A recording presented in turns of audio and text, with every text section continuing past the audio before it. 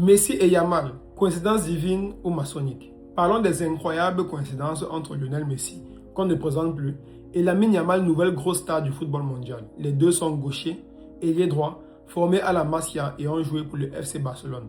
Yamal y est encore. Regardons d'abord leurs noms.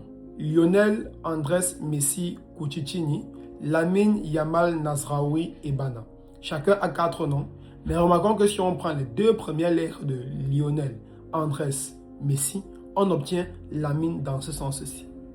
Si on va dans la numération cardinale, en supposant que chaque lettre de l'alphabet vaut sa position, donc A égale à 1, B égale à 2, etc., Z égale à 26, l'abréviation de leur nom, LAMC pour Messi, donnera 29 lorsqu'on va additionner les valeurs, et 29, 2 plus 9, ça donne 11. LYNE pour Yamal, lorsqu'on va additionner les valeurs, ça va donner 56, et 5 plus 6 égale à 11. 11 est considéré comme le nombre maître dans plusieurs visions de l'ésotérisme. La lettre S, ayant pour valeur numérale 19, apparaît 4 fois dans leur nom combiné. 19 fois 4 égale à 76.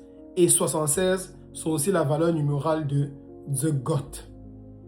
Messi est né le 24 juin 1987, Yamal est né le 13 juin 2007. Entre le 24 juin et le 13 juillet, il y a 19 jours. Remarquons aussi qu'il y a 20 ans entre la naissance de Messi et celle de Yamal. Et 20 ans entre la première Coupe du Monde de Messi, qui peut être considérée comme sa naissance footballistique en Coupe du Monde en 2006, et celle de Yamal en 2026, qui peut être considérée comme sa naissance footballistique en Coupe du Monde. Lors de sa première Coupe du Monde en 2006, Messi, dossard 19, marque son tout premier but lors du deuxième match contre la Serbie-Monténégro, qui sortira dernier du groupe. Il le marque avec son pied faible, dont le pied droit. Il est alors âgé de 18 ans et 11 mois. L'Argentine termine première du groupe avec 7 points. Yamal, dossard 19 aussi, marque son premier but en Coupe du Monde en 2026 contre l'Arabie Saoudite, qui sortira dernier du groupe. Il marque avec son pied droit, son pied faible, et il a aussi 18 ans et 11 mois. L'Espagne termine première du groupe avec 7 points. Lorsqu'on additionne les classements FIFA de ces équipes au moment de leur affrontement, Serbie 44e, Argentine 9e, Espagne 2e et Arabie Saoudite 59e, on obtient 114 qui est un multiple de 19, 19 fois 6, 6 comme 2006 et 2026. C'est aussi avec le numéro 19 qu'ils inscrivent leur premier but contre l'éternel rival, le Real Madrid.